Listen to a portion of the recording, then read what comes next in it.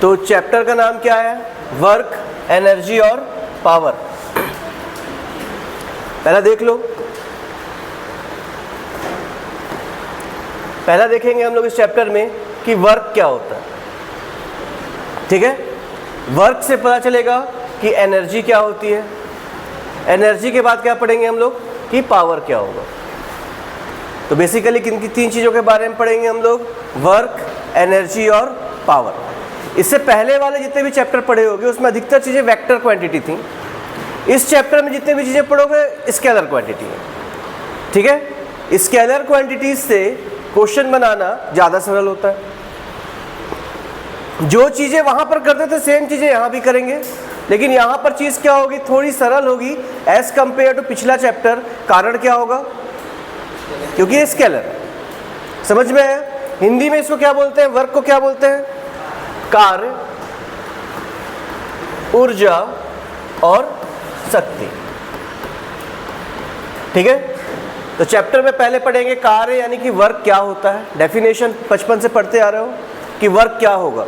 तो देखना, अगर मान लो ये कोई ब्लॉक है, इस ब्लॉक पे फोर्स लगा है और फोर्स लगाने की वजह से ये मूव कर गया आगे की ओर, क्या होना चाहिए इसमें? डिस्प्लेसमेंट हो गया। समझ रहे हो ना?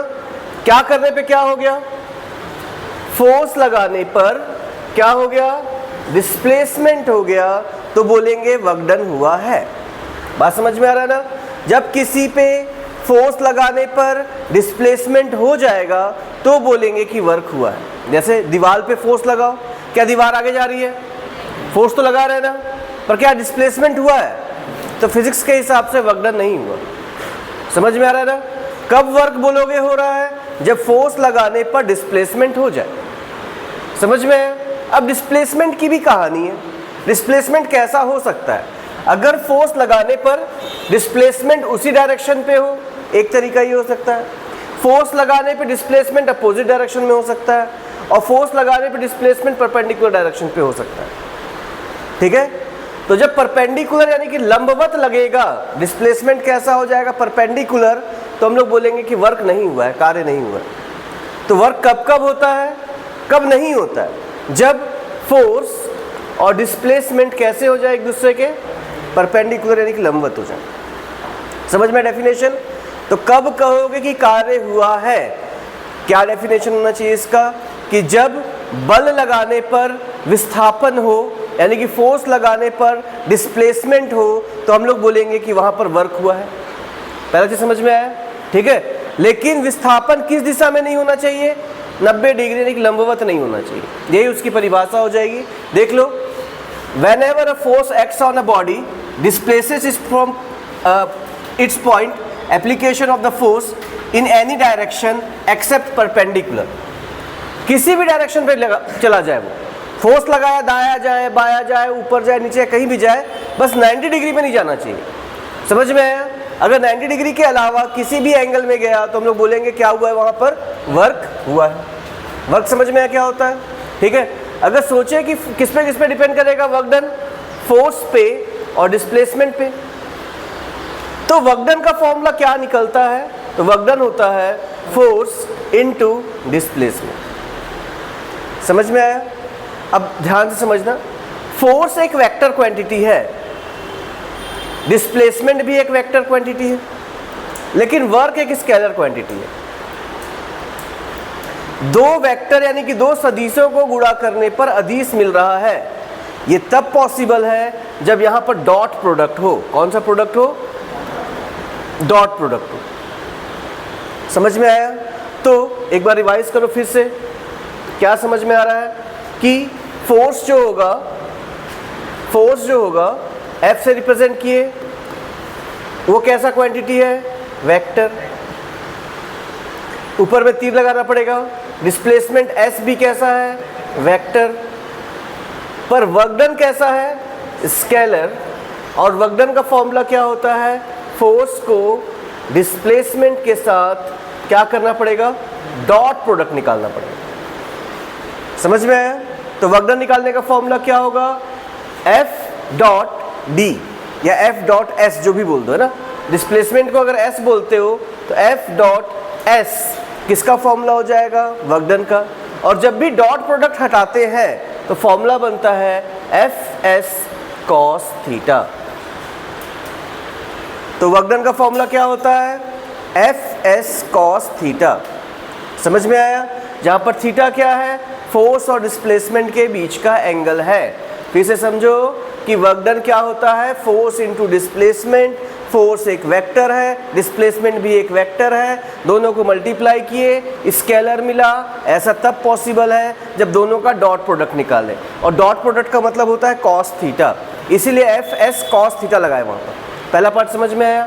अब डॉट प्रोडक्ट निकालना सिखा चुका था पिछले बार, एक बार फिर से चेक करते हैं कि डॉट प्रोडक्ट कैसे निकालते हैं। और डिस्प्लेसमेंट और फोर्स दिया होगा, तो मान लो फोर्स की वैल्यू गिवन है क्वेश्चन में, फोर्स दिया हुआ है 2i + 3j + 4k, और पूछा कि डिस्प्लेसमेंट भी दिया हुआ है i + 2j + 3k।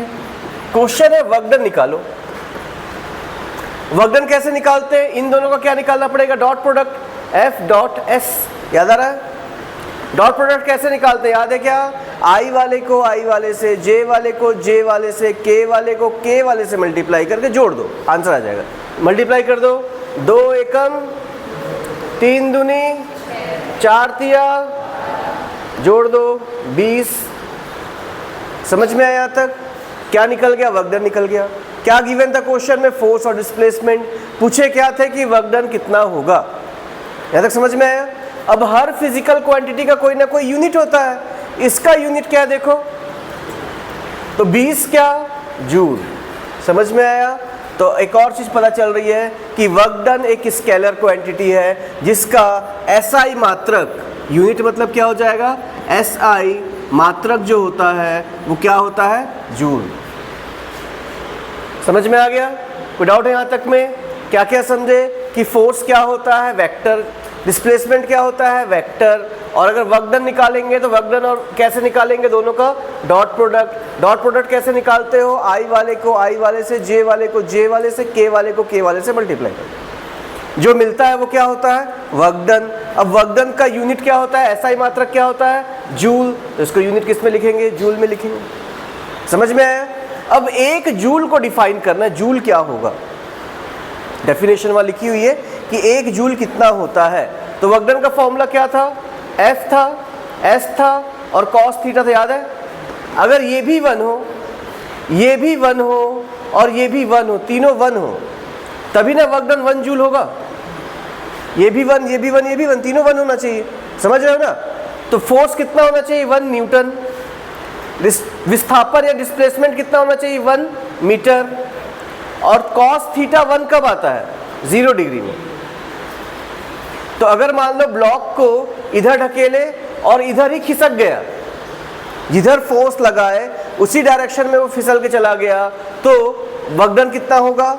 1 जूल। कब? जब बल कितना हो? 1 न्यूटन और विस्थापन कितना हो? 1 मीटर। अब डेफिनेशन को पढ़ो। 1 जूल क्या होता है? यहाँ पर डिफाइन किया हुआ है। 1 जूल क्या होता है? देखो 1 जूल क्या होगा? वर्क डन होगा। ठीक है? जब फोर्स कितना हो? 1 न्यूटन और डिस्प्लेसमेंट कितना हो? 1 मीटर। और डायरेक्शन कैसा हो?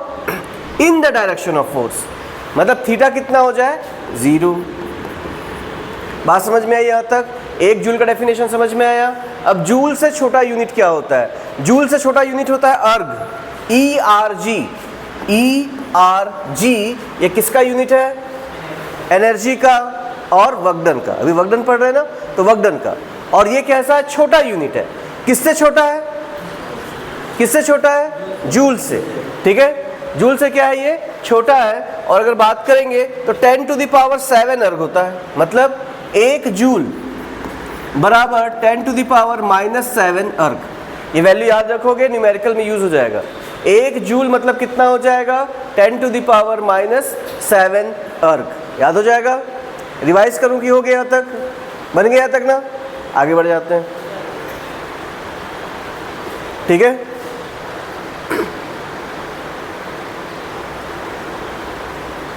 फिर से देखो वर्क डन कितने टाइप का था।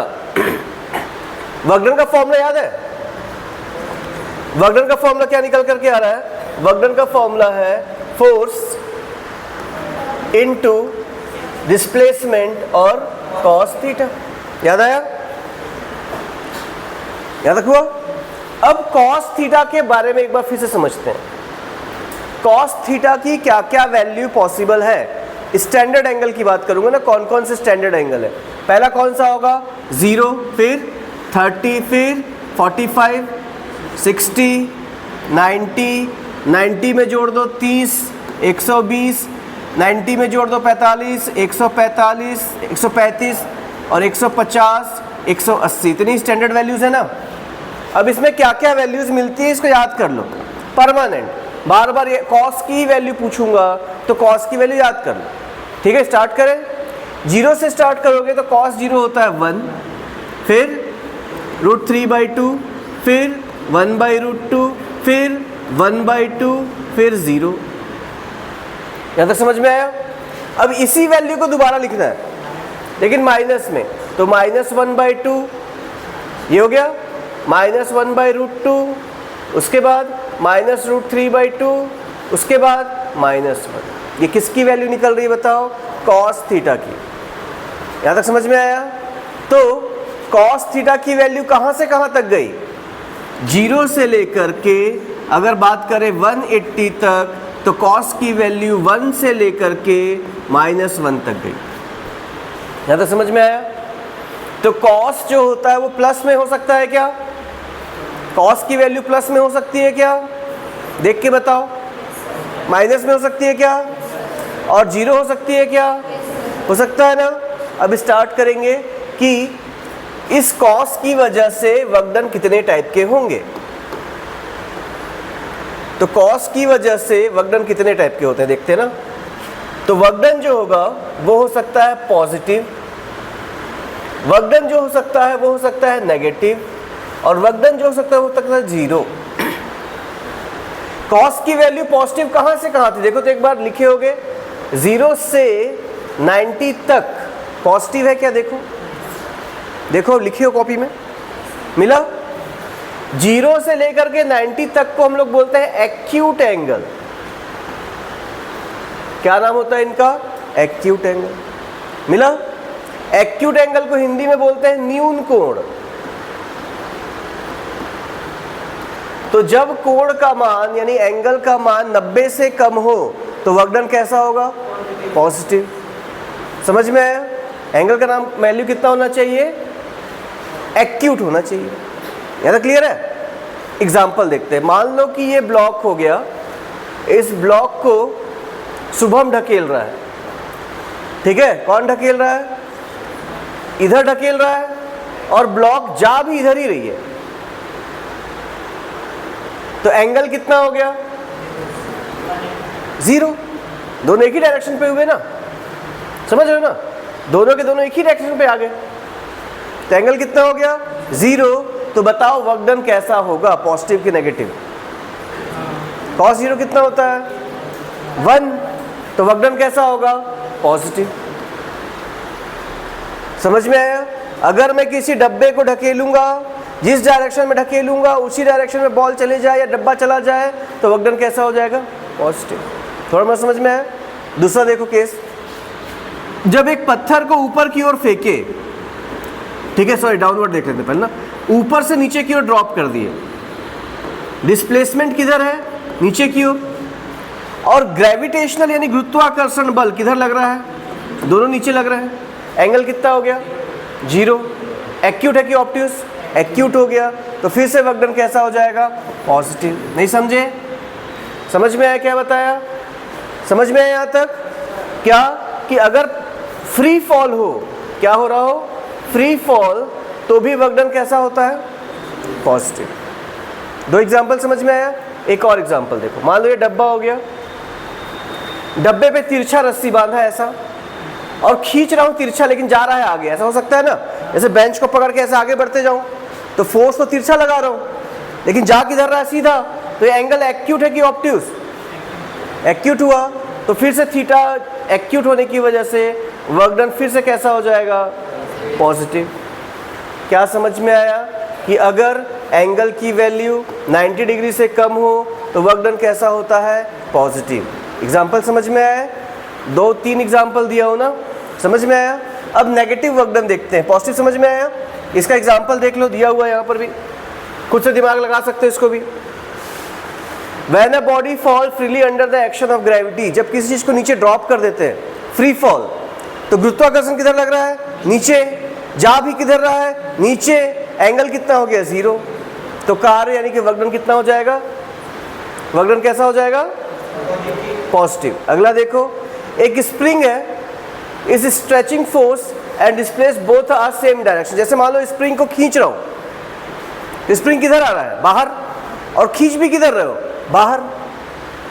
तो दोनों का डायरेक्शन सेम डायरेक्शन में है कि नहीं? तो वर्क डन कैसा होगा? पॉजिटिव। नहीं समझे? स्प्रिंग जो था वहां पर बंधी हुई है, मान लो उस स्प्रिंग को बाहर की ओर खींच रहा हूं, तो स्प्रिंग भी बाहर आ रही है, मैं फोर्स भी बाहर की ओर लगा रहा हूं, तो वर्क डन कैसा होगा? पॉजिटिव। समझ में आया? समझे? हाँ नहीं, अभी वो नहीं बात कर रहा, अभी वो नहीं बता रहा हूं। अभी क्या बता रहा हूं कि मैं जो फोर्स लगा रहा हूं उसकी वजह से वर्क डन कितना होगा। बन जाएगा ये। अगला केस है 0 वर्क डन का केस।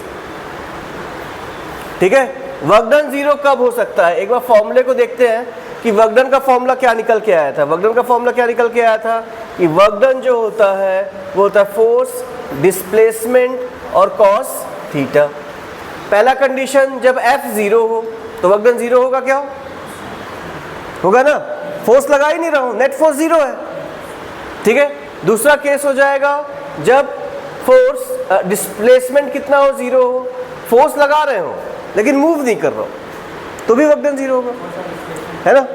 थर्ड कंडीशन, फोर्स और डिस्प्लेसमेंट आपस में कैसे हो जाए? परपेंडिकुलर, मतलब थीटा की वैल्यू कितनी हो जाए? 90 डिग्री। तो कॉस थीटा कितना हो जाएगा? 0। तो वर्क डन कितना हो जाएगा? 0। समझ में आया? समझ में आ रहा है ना कि अगर एंगल की वैल्यू 0 डिग्री हो तो पॉजिटिव वर्क डन, एंगल की वैल्यू 90 डिग्री हो तो 0 वर्क डन। एग्जाम्पल देखें इसका। ठीक है, एग्जाम्पल देखो। पहला, यूनिफॉर्म वेलोसिटी से मूव कर रहा है कोई। यूनिफॉर्म वेलोसिटी मतलब एक्सीलरेशन 0, एक्सीलरेशन 0 मतलब फोर्स 0, फोर्स 0 मतलब वर्क डन भी 0। समझ में आया? अगला केस दिया नेट फोर्स 0, ये तो समझ में आ जाता है। ठीक है, एक ऑब्जेक्ट जैसे दीवार को ढकेल रहे हो तो डिस्प्लेसमेंट कितना है? 0, तो वर्क डन कितना होगा? 0। अगला है कि पेंडुलम इज ऑसिलेटिंग। एक पेंडुलम जो है, हाथ में पेंडुलम रखा था, इसको ऐसे उठा करके छोड़ दिया। यहाँ तक समझ में आया? पेंडुलम ऑसिलेट करेगा, पेंडुलम इधर जाएगा। ठीक है, तो देखो रस्सी में टेंशन इस डायरेक्शन में और जा रहा है वो इधर, कितने का एंगल बन रहा है? तो वर्क डन कितना होगा? नहीं समझे? टेंशन की वजह से वर्क डन कितना होगा? 0। फिर से बताऊं, समझ में आ गया? टेंशन, ये सब एग्जाम्पल पूछता है ना, मान लो क्वेश्चन में पूछ देगा कि इनमें से किस किस कंडीशन में वर्क डन की वैल्यू 0 है। ठीक है, तो कॉमन सेंस वाला क्वेश्चन, बहुत दिमाग नहीं लगाना होता। अगर 90 डिग्री बन रहा होगा तो कितना होगा वर्क डन? 0। इस केस ऑसिलेटिंग वाला समझ में आया? ऑसिलेशन में एक पेंडुलम लटका है, लटका करके उठा के रखा और छोड़ दिया, तो टेंशन लग रहा है ऊपर से नीचे और जा किधर रहा है? इधर, तो 90 डिग्री में जा रहा है ना, इसलिए वर्क डन कितना हो जाएगा? 0। अगला वाला केस देखो, इलेक्ट्रॉन न्यूक्लियस के चारों ओर घूम रहा है, तो देखा ना, इलेक्ट्रॉन जो है ये मान लो न्यूक्लियस हो गया, न्यूक्लियस के चारों ओर इलेक्ट्रॉन घूम रहा है, वहां पर लगता है इलेक्ट्रोमैग्नेटिक फोर्स अंदर की ओर और मूव कर रहा है गोल, मतलब ऐसा हो गया। फिर से एंगल देखो कितना बन रहा है? 90 डिग्री। समझ में आया? और कोई भी चीज अगर सर्कुलर मोशन में होगा, यूनिफॉर्म सर्कुलर मोशन में, तो वर्क डन वैसे भी क्या होता है? 0। ये भी हो गया। सैटेलाइट, एक सैटेलाइट है, कोई ग्रह है, इसके चारों ओर एक सैटेलाइट घूम रहा है, ये रेडियस हो गया, ग्रेविटेशनल फोर्स अंदर की ओर लगेगा और मूव कर रहा है इधर, एंगल कितना हो गया? फिर से 90 डिग्री, तो वर्क डन कितना होगा? 0। 0 वर्क डन वाले एग्जाम्पल अच्छे से समझोगे। पहला क्या बताया था कि एक ही स्पीड से चल रहा हो, दूसरा क्या बताया? फोर्स 0 हो, तीसरा कंडीशन क्या है? पेंडुलम हो, है ना, एक वॉल वाला भी दीवार को ढकेल रहे हैं लेकिन आगे नहीं बढ़ रहा। उसके बाद क्या बता रहे हैं? एक पेंडुलम हो जो ऑसिलेट कर रहा हो। पेंडुलम वाले में क्यों 0 हुआ था? टेंशन, और वो आपस में परपेंडिकुलर में। ठीक है, इसके बाद क्या देखें? इलेक्ट्रॉन सर्कुलर मोशन कर रहा है, 0। सैटेलाइट सर्कुलर मोशन कर रहा है, 0 हो गया, यहाँ तक बन जाएगा। अच्छा ये अच्छा एग्जाम्पल है, ठीक है। एक कूली जो है वो एक ऑब्जेक्ट को सिर में उठा के चल रहा है, समझ में आया? जैसे मान लो कि एक कूली है ऐसा, ठीक है, एक ऐसा कूली है और ये किसी सामान को सिर पे उठा के चल रहा है, तो वकडन कितना होगा? क्वेश्चन समझ में आ रहा है? वकडन कितना होगा क्वेश्चन ही हो गया। क्वेश्चन तो समझ में आ रहा है ना? तो देखो आदमी जा रहा है आगे और ग्रेविटेशन फोर्स का नजर लग रही है नीचे, एंगल कितना हो गया? अगर 90 डिग्री तो वकडन कितना हो जाएगा? ठीक है, तो कूली को पैसा दोगे क्या? समझा देना, काजी का पैसा है ना, समझ रहे हो ना? यही बात चार्ट पेपर ले जाना, समझा देना कि सामान उठाने का कोई पैसा नहीं लगता। फिर सोचना, एक गाड़ी में जा रहे हो, किस में जा रहे हो? एक गाड़ी में जा रहा हूं, ठीक है, गाड़ी जा रही है आगे, ग्रेविटेशनल फोर्स लग रहा है नीचे, एंगल कितना हो गया? फिर से वकडन कितना हो गया? का चीज का पैसा? समझ में आया? यहां से निकल लेना, जहां भी जाना है, हरिद्वार पूरा घूम लो पूरा और जाके बोला का चीज का पैसा, क्योंकि वकडन कितना होता है? 0। ये हुआ। अच्छा एक बार सोचो, खुद से भी सोचो कि सामान को अगर सिर में उठा करके चल रहे हो, थकान लगेगा क्या? ऐसे खाली घूम रहे हो और एक सामान को सिर में उठा के घूम रहे हो, थकान किस में ज़्यादा लगेगा? मतलब वकडन तो होता है। अभी कैसे प्रूफ कर दिया कि वकडन 0? कहानी समझ में आई? इसका आंसर लास्ट में दूंगा, ठीक है। यहाँ तक समझ में आया? जब नेगेटिव वकडन समझा लेंगे। ये हो गया 0 वकडन, समझ में आया? किसी भी सामान को ऊपर उठा के चलने में वकडन कितना होगा? 0, ठीक है। अगला देख लो, अगला है नेगेटिव वकडन। नेगेटिव वकडन जैसे पॉजिटिव वकडन था, कॉस की वैल्यू नेगेटिव कब होती है बताओ? जब एंगल की वैल्यू 90 डिग्री से अधिक थी, मतलब अधिक कोण में 90 से अधिक एंगल अगर होगा, यानी कि ऑब्ट्यूज एंगल में कॉस की वैल्यू नेगेटिव आती है। जब कॉस की वैल्यू नेगेटिव है तो वकडन भी कैसा हो जाएगा? नेगेटिव। तो अधिक कोण के केस में क्या होगा? वकडन नेगेटिव होगा, ठीक है। वकडन के केस में क्या होगा? क्या बता रहा था, भूल गया। कि जब एंगल ऑब्ट्यूज एंगल बन रहा होगा 90 डिग्री से अधिक, तो वकडन कितना होगा? नेगेटिव। एग्जाम्पल देखते हैं इसके ना, देखो पहला केस दिया है, वकडन बाय फ्रिक्शनल फोर्स। किसके कारण? फ्रिक्शनल फोर्स के कारण वकडन कैसा होता है? 0। अब इसको एक बार चेक करते हैं ना। ये ब्लॉक हो गया, ठीक है। इस ब्लॉक को क्या कर रहे हैं? आगे क्यों ढकेल रहे हैं? जा रहा है आगे, जा किधर रहा है? आगे, तो डिस्प्लेसमेंट आगे हो गया, लेकिन फ्रिक्शन किधर लगेगा? पीछे। एंगल कितना हो गया? तो कैसा वकडन होगा? नेगेटिव वकडन। नहीं समझे? जाएगा आगे, लेकिन फोर्स किधर लगेगा? पीछे, क्योंकि फ्रिक्शन हमेशा पीछे लगता है, जिधर मोशन होगा उसके उल्टा ही लगता है हमेशा। तो वकडन कैसा होगा इसका? नेगेटिव। फिर सेम केस ब्रेक लगाते समय, ठीक है। जब गाड़ी में ब्रेक लगाओगे तो भी सेम केस है, ब्रेक लगाते समय फ्रिक्शन किधर लगेगा? पीछे। एक्सीलरेशन कम हो रहा है, नेगेटिव ना हो गया?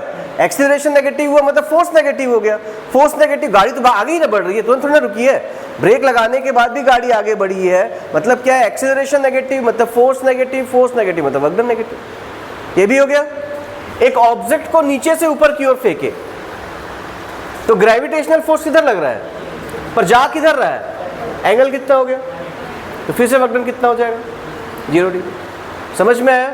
ये सारे केसेस के लिए वकडन क्या हो जाता है? नेगेटिव हो जाता है, ठीक है। एक बार फिर से एग्जांपल देखते हैं पूरा, पॉजिटिव नेगेटिव हो जाए, इसमें समझाया बस उतने को ही, ठीक है। एक बार फिर से पूरे एग्जांपल को रिवाइज करते हैं।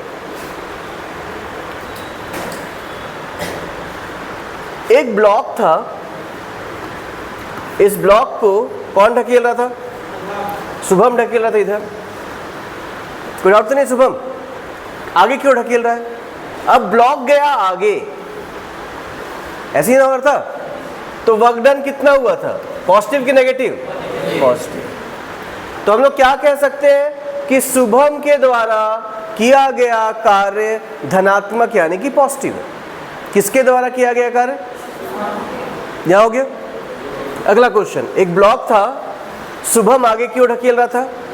लेकिन ग्रेविटेशन तो नीचे लग रहा है, एंगल कितना हो गया 90 डिग्री, तो वर्कडन कितना हो गया 0। उसी ब्लॉक पे अभी थोड़ा देर पहले बोला था पॉजिटिव वर्कडन है, उसी ब्लॉक पे अभी बोल रहा हूँ 0 वर्कडन है।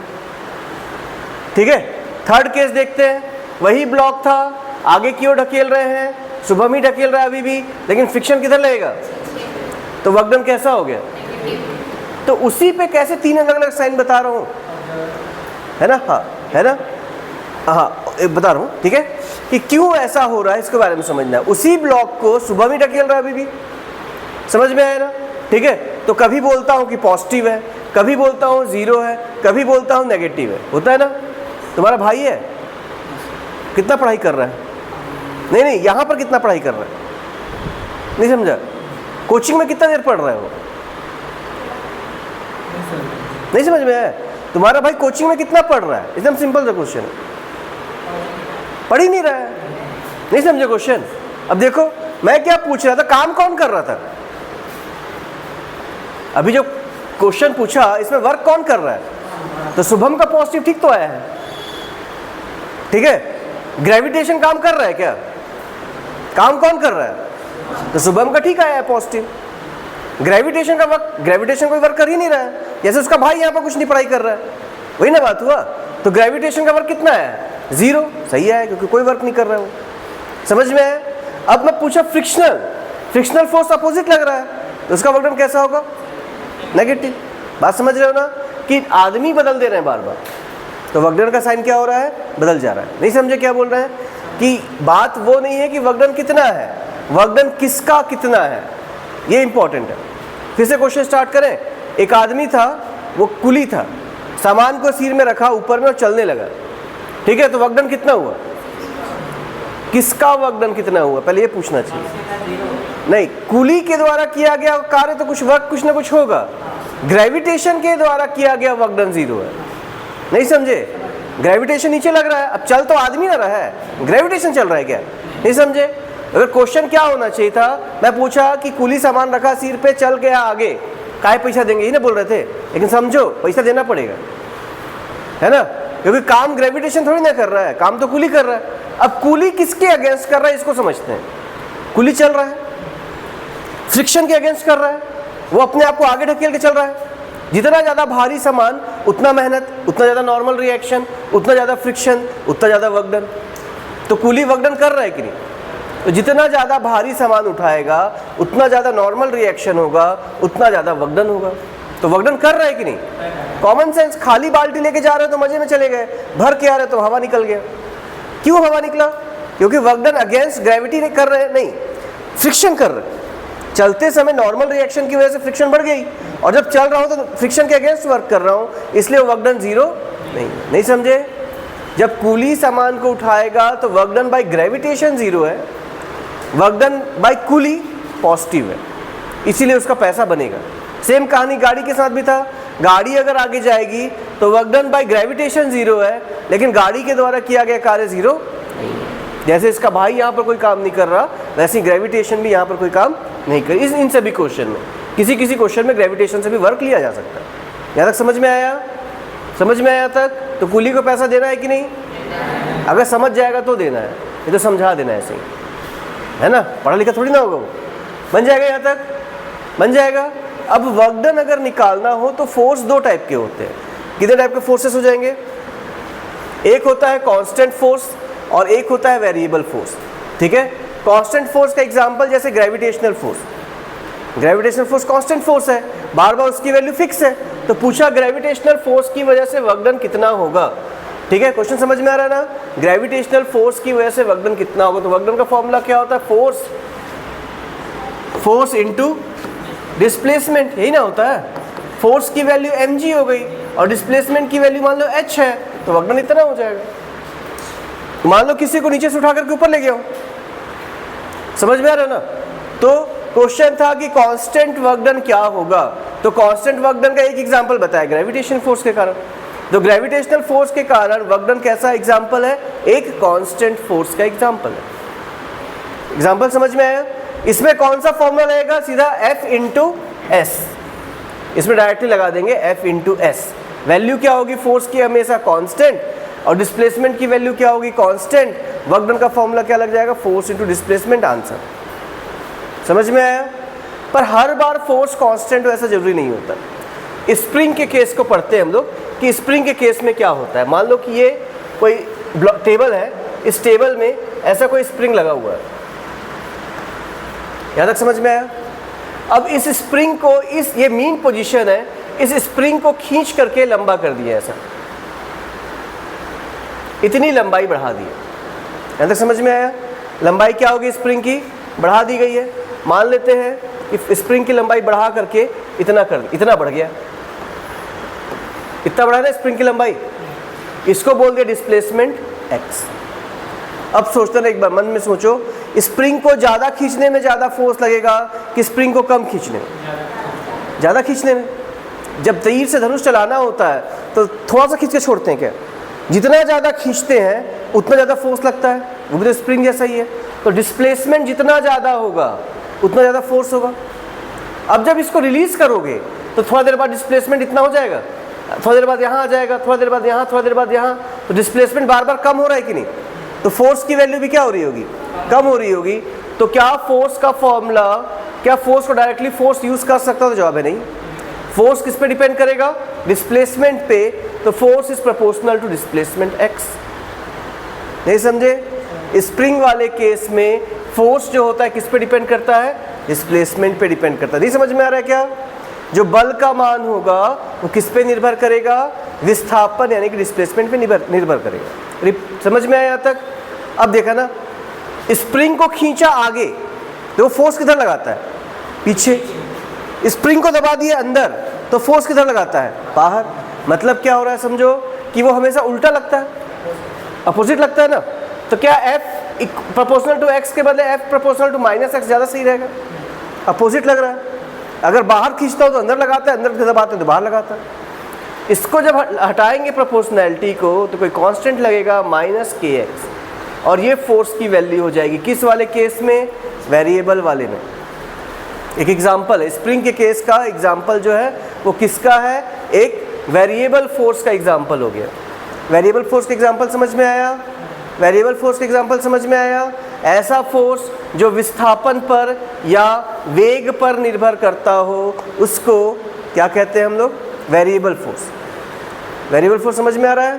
ठीक है। जैसे स्टोक्स लॉ में जो फोर्स लगता था F = 6 पाई ईटा RV, इसमें V आ रहा है ना, तो वो भी कैसा? एक वेरिएबल फोर्स है। वेरिएबल फोर्स क्या होगा? जिसका मान एक जैसा ना रहे। समझ में आया तक? अब मेरे को निकालना है वर्क डन, तो मेरे पास एक ग्राफ बनेगा। एक साइड पे क्या रहेगा? फोर्स, एक साइड पे क्या रहेगा? डिस्प्लेसमेंट। जब ग्राफ बनाएंगे और मान लो ऐसा कुछ मिल रहा है, ऐसा पूछा यहां से लेकर के पॉइंट P1 से लेकर के पॉइंट P2 तक ले जाने पर कितना वर्क डन हुआ। समझ में आया? तो वर्क डन कैसे रिप्रेजेंट करते हो? Work done force into displacement, into करना पड़ेगा कि डिवाइड? इनटू मतलब एरिया। तो क्या निकाल देंगे? इस ग्राफ का एरिया निकाल देंगे, और जो एरिया होगा वो क्या किसके बारे में बता देगा? वर्क डन के बारे में बता देगा। समझ में आया? तो वर्क डन कितना निकलेगा बताओ इस बार? फोर्स का F, डिस्प्लेसमेंट छोटा सा dx, और जोड़ देना है मतलब इंटीग्रेशन। कहाँ से कहाँ तक? P1 से P2 तक। नहीं समझे? इंटीग्रेशन इसलिए आया ही है, जब भी कोई चीज़ का वैल्यू सेम ना रहे, बदल रहा हो, उस केस में अगर कुछ भी निकालना होता है तो इंटीग्रेशन करना पड़ता है। नहीं समझे? किस क्वेश्चन में इंटीग्रेशन लगाएंगे? जब वेरिएबल फोर्स रहेगा। और किस क्वेश्चन में इंटीग्रेशन नहीं लगाओगे? जब कांस्टेंट फोर्स रहेगा। अब ये याद कर लेते हैं, ठीक है? किस में वेरिएबल होगा और किस में कांस्टेंट होगा, इस चीज़ को याद कर लो, झंझट खत्म हो जाएगा। समझ में आया? बाकी धीरे धीरे करते करते समझ में आ जाएगा सब टॉपिक। हो गया यहाँ तक? यहाँ तक हो गया? अगला देखो, ये तो ठीक है, ये बन जाएगा। स्प्रिंग वाला केस बता दिया ना। स्प्रिंग वाले में क्वेश्चन है कि वर्क डन निकालिए कितना हो। क्वेश्चन लिखो एक, चलो बनाओ अपने से। Find work done due to force applied by a spring, ठीक है। किस पे फोर्स लगाए हो? स्प्रिंग पे, तो वर्क डन क्या होगा निकालिए। तो वर्क डन का फॉर्मूला क्या होता है? वर्क डन हो जाएगा क्या? Integration F D x. क्यों इंटीग्रेशन किया बताओ? वेरिएबल है, स्प्रिंग वाला केस है ना। स्प्रिंग में तो पहले ही बताया कि वेरिएबल फोर्स लगता है। फोर्स की वैल्यू कितनी होती है? माइनस के एक्स, याद है? माइनस के कांस्टेंट है, इंटीग्रेशन एक्स डी एक्स, तो माइनस के का माइनस के एक्स डी एक्स का इंटीग्रेशन कितना होता है? X square by 2। आ गया आंसर। नहीं समझे? ये कब है? जब मीन पोजीशन से खींचे हो। अगर मान लो स्प्रिंग को x1 से x2 डिस्टेंस तक खींचे हो, तो यहाँ इंटीग्रेशन में लिमिट लगा लेंगे x1 से x2 तक। नहीं समझे? बन जाएगा। फिर से बताओ, क्या समझ में आ गया ना? यहाँ पर क्या हो रहा है? माइनस के एक्स का इंटीग्रेशन करना है, के बाहर आ गया, x का इंटीग्रेशन याद कर लो, एक्स स्क्वायर बाई 2 होता है। आ गया वर्क डन कितना निकलेगा? बनेगा। तो स्प्रिंग के द्वारा किया गया वर्क डन कितना होता है? माइनस के एक्स स्क्वायर बाई 2। ये भी हो गया, बन जाएगा यहाँ तक। अगला कॉन्सेप्ट, आज पूरी थ्योरी करवा दे रहा हूँ, 2 दिन पूरी न्यूमेरिकल चलेंगी बस, है ना, ताकि बार बार मेरे को थ्योरी के लिए बैक नहीं आना पड़े। और नोट्स डाल दूंगा अभी इसको ग्रुप में, तो जो छूटा होगा उसको कर लेना। अगला टॉपिक है एनर्जी। एनर्जी मतलब ऊर्जा। ऊर्जा क्या होता है? किसी भी कार्य को करने की क्षमता, कैपेबिलिटी ऑफ डूइंग वर्क। किसी भी काम को अगर करना चाहते हैं, उस काम को करने के लिए कुछ खर्च करना पड़ेगा, जिस चीज़ को खर्च करेंगे उसको एनर्जी कहेंगे। तो एनर्जी क्या होता है? कैपेबिलिटी ऑफ डूइंग वर्क, या कार्य करने की क्षमता। हो गया? डेफिनेशन नहीं बता रहा हूँ ना, पढ़े हो बचपन से। अब एनर्जी कितने प्रकार के होते हैं? एनर्जी के कितने टाइप होते हैं? बहुत सारे टाइप होते हैं, पढ़े भी होंगे बहुत सारे टाइप के। यहाँ पर कुछ एग्जांपल लिखे हुए हैं, जैसे मैकेनिकल एनर्जी, इलेक्ट्रिकल एनर्जी, विद्युत ऊर्जा हो गई, प्रकाश की ऊर्जा हो गई, एकॉस्टिक मतलब आवाज़ की वजह से एनर्जी, मॉलिक्यूल्स जब टूटते हैं तो उनके पास मॉलिक्यूलर बॉन्ड एनर्जी होती है, तो मॉलिक्यूलर एनर्जी, एटम्स के पास एनर्जी होती है, न्यूक्लियस के पास एनर्जी होती है, ऐसे बहुत सारे एनर्जी होते हैं। समझ में आया? समझ में आया तक? एक टॉपिक इसमें और है, मास एनर्जी रिलेशन। ये पहले पढ़े होंगे कई बार, आइंस्टाइन का नाम कई बार सुने होंगे। आइंस्टाइन का जब भी नाम आता है दिमाग में एक इक्वेशन आता है, कहीं भी जाओगे कहीं पर भी आइंस्टाइन का नाम लिखा हुआ अगर मिलेगा तुम लोग को, तो बार बार एक ही इक्वेशन दिखेगा, रोड में, चौक में, कहीं भी जाओ, E = m × c²। ठीक है? इसी इक्वेशन को कहते हैं एनर्जी मास रिलेशन। क्या बोलते हैं इसको? एनर्जी मास रिलेशन। E = क्या होता है? m × c²। इसको क्या बोलते हैं? एनर्जी मास इक्विवेलेंस भी बोल सकते हो, इक्विवेलेंस। इक्विवेलेंस का मतलब क्या होता है? एनर्जी और मास एक ही होते हैं। पहले क्या मानते थे? पहले मानते थे कि एनर्जी को, ऊर्जा को ना ही बनाया जा सकता है ना ही नष्ट किया जा सकता है, मतलब energy can neither be created not destroyed. Mass को भी यही बोलते थे, mass can neither created not destroyed, मतलब द्रव्यमान को ना ही बनाया जा सकता है ना ही नष्ट किया जा सकता है। यहाँ तक समझ में आया? लेकिन जैसे जैसे हम लोग का साइंस आगे बढ़ा, फिजिक्स आगे बढ़ा, हम लोग को पता चला कि न्यूक्लियर रिएक्शन के दौरान, नाभिकीय अभिक्रिया के दौरान द्रव्यमान बनता है, मतलब कंजर्वेशन ऑफ मास फेल हो जाता है। एनर्जी भी बनती है, मतलब कंजर्वेशन ऑफ एनर्जी भी फेल हो जाती है। उस समय कितना मास से कितना एनर्जी निकलेगा, इसी फॉर्मूले को एनर्जी मास इक्विवेलेंस कहते हैं। मतलब ऊर्जा को द्रव्यमान में, द्रव्यमान को ऊर्जा में बदला जा सकता है। इससे पहले क्या मानते थे कि मास को एनर्जी में और एनर्जी को मास में कन्वर्ट नहीं कर सकते। लेकिन अब क्या मानते हैं? अब क्या जानते हैं कि ड्यूरिंग न्यूक्लियर रिएक्शन, नाभिकीय अभिक्रियाओं के दौरान मास एनर्जी में कन्वर्ट किया जा सकता है और एनर्जी मास में कन्वर्ट किया जा सकता है। यहाँ तक हो गया? ठीक है? बाकी सेम है, इसके पूरा चैप्टर स्केलर क्वांटिटी है। ऐसा यूनिट क्या होगा? जूल। डायमेंशनल फॉर्मूला ना, वर्क डन का कितना होगा एक बार देखना भूल गए थे। ये होता है फोर्स इंटू डिस्प्लेसमेंट। फोर्स का होता है mLT-2, डिस्प्लेसमेंट का L कितना हो जाएगा? mL2T-2, दोनों का सेम होता है। नहीं समझे? पढ़ा हुआ टॉपिक है कि डायमेंशनल फॉर्मूला दोनों का क्या आएगा? mL2T-2। ये भी हो गया। अब फिजिक्स के हिसाब से कितने टाइप के एनर्जी, ज़्यादा फास्ट तो नहीं हो रहा है, ज़्यादा फास्ट हो रहा है क्या? देखो आज थ्योरी पढ़ाऊंगा, कल न्यूमेरिकल में फिर से यही सारी थ्योरी पढ़ेंगे, लेकिन थ्योरी का एक ब्रीफ आइडिया होना चाहिए, है ना। और एक 9th क्लास से ऊपर का नहीं है, अभी तक कुछ नया नहीं आया है। क्लास 11th में सिर्फ मास एनर्जी, एक क्या बोलते हैं उसका, लॉ ऑफ, अरे नाम भूल गया उसका, नहीं नाम याद नहीं आ रहा, क्या बताऊं, वर्क एनर्जी थ्योरम, बस एक ही टॉपिक नया है, बाकी पूरा 9वीं का, समझ रहे हो ना। 9वीं में जो चैप्टर पढ़े हो वही 11th में पूरा डिट्टो है, अंतर कुछ नहीं है, बस न्यूमेरिकल बढ़ जाते हैं, थ्योरी में कुछ नहीं बदला है, बस एक क्या बढ़ जाएगा, वर्क एनर्जी थ्योरम टॉपिक के नाम पे, बाकी पूरा चैप्टर सेम है, समझो जो बता रहा हूँ ना। तो 9th का चैप्टर ही चल रहा है। काइनेटिक एनर्जी पता होगा, काइनेटिक एनर्जी क्या होता है, जब कोई पार्टिकल मूव कर रहा होता है उस समय जो उसके अंदर एनर्जी होती है उसको काइनेटिक एनर्जी कहते हैं। जैसे मान लो कि इस लड़के को दौड़ा दिए, ठीक है, दौड़ रहा है, तो जो एनर्जी इसके अंदर है उसको क्या कहेंगे, काइनेटिक एनर्जी। जैसे मान लो कि एक बंदूक की गोली जा रही है, क्या उसके पास एनर्जी है, चेक करना चाहते हो मान लो, तो सामने में एक ऑब्जेक्ट रख दो, वो टक्कर करेगा और वो भी फेंका जाएगा, मतलब उसके पास एनर्जी थी कि नहीं थी ना, उस एनर्जी को यूज कर सकते हैं। तो जब भी कोई चीज मूव कर रहा हो यानी कि गत्या अवस्था में हो तो उसके पास जो एनर्जी होती है उसको काइनेटिक एनर्जी कहते हैं। मोशन के टाइम की एनर्जी काइनेटिक एनर्जी कहलाएगी, समझ में आया। और देखो कहाँ पर कोई चीज मूव करता हो इसके एनर्जी को यूज करते हो तुम लोग, बहते हुए पानी को यूज करते हैं तो काइनेटिक एनर्जी ऑफ वाटर हो गया वो। बहते हुए हवा को यूज करते हो पंखा घुमाने के लिए, जहाज चलाने के लिए, विंड मिल में यूज करते हैं, वो क्या हो जाएगा, काइनेटिक एनर्जी ऑफ विंड। समझ में आया। तो इनका यूज कर रहे हैं कि नहीं कर रहे हैं, समझ में आया। तो काइनेटिक एनर्जी का फॉर्मूला आप देखते हैं, काइनेटिक एनर्जी का फॉर्मूला क्या होता है, पिछले क्लासेस में भी पढ़े हो। काइनेटिक एनर्जी का फॉर्मूला क्या होता है, हाफ, काइनेटिक एनर्जी का फॉर्मूला हो जाएगा काइनेटिक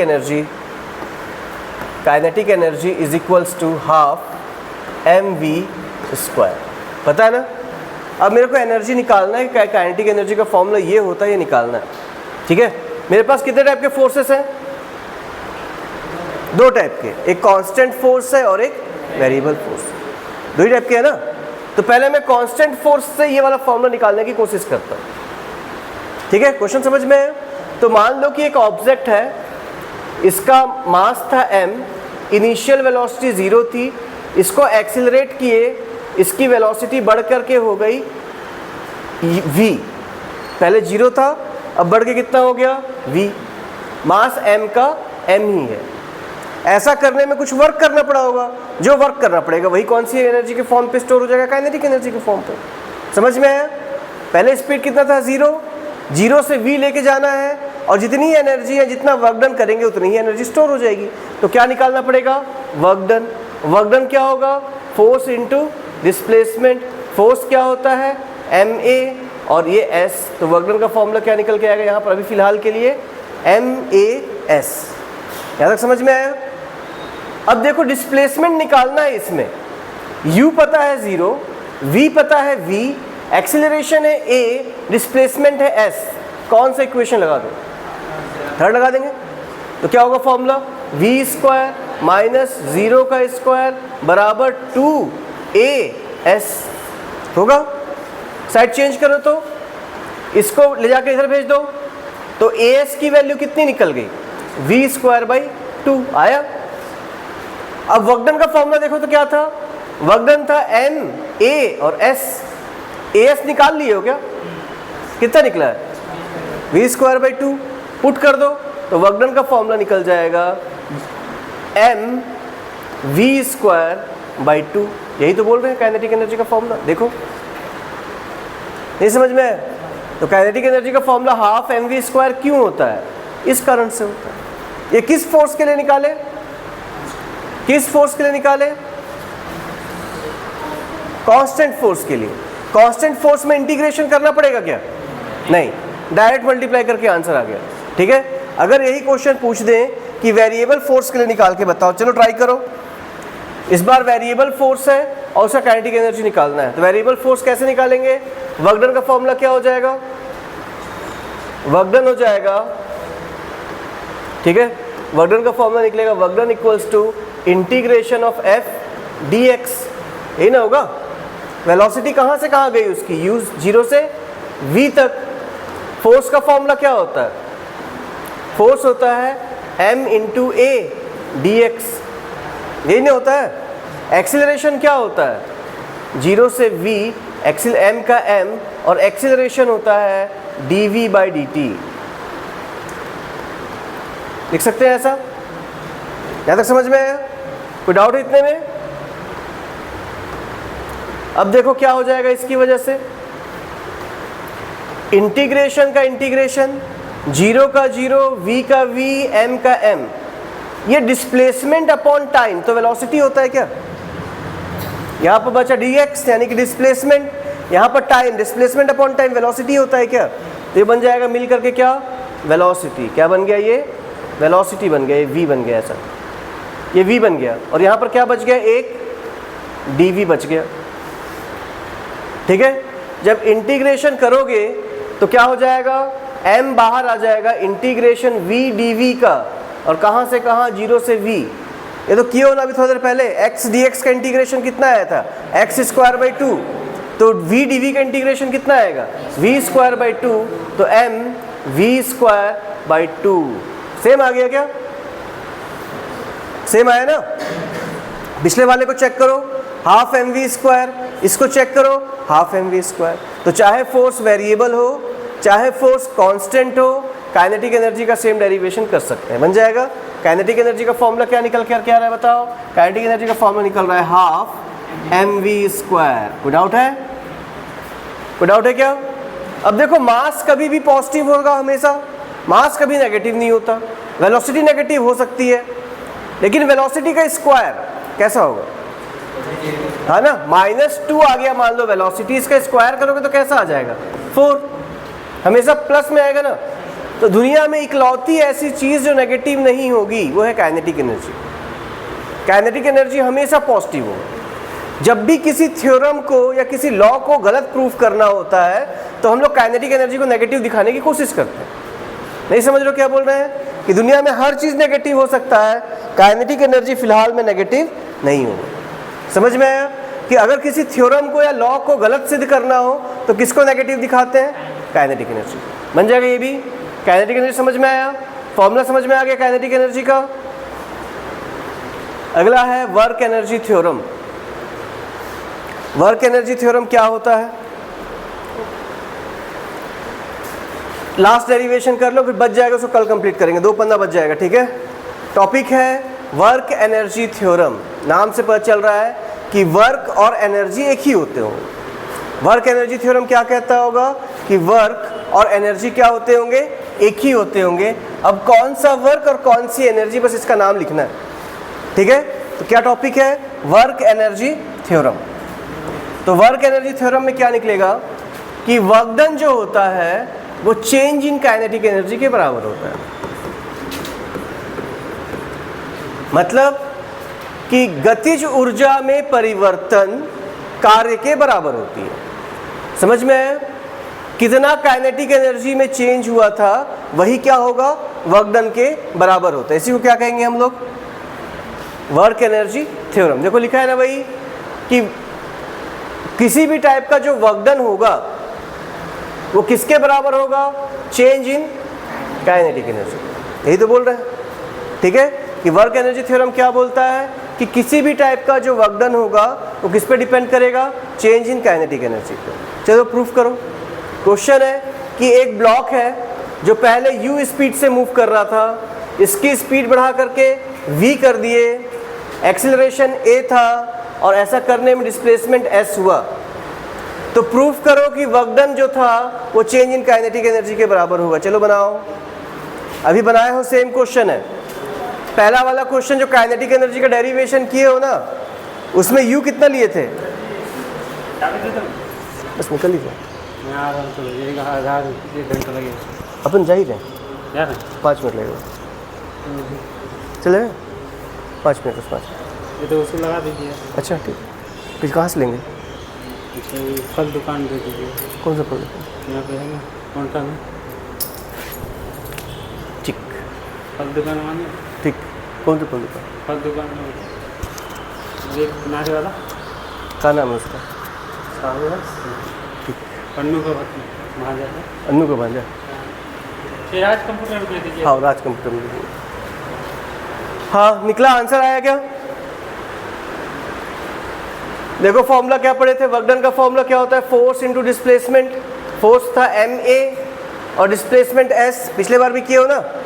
अब बताओ u से v करना है, एक्सीलरेशन है, डिस्प्लेसमेंट है, कौन सा इक्वेशन लगा दो?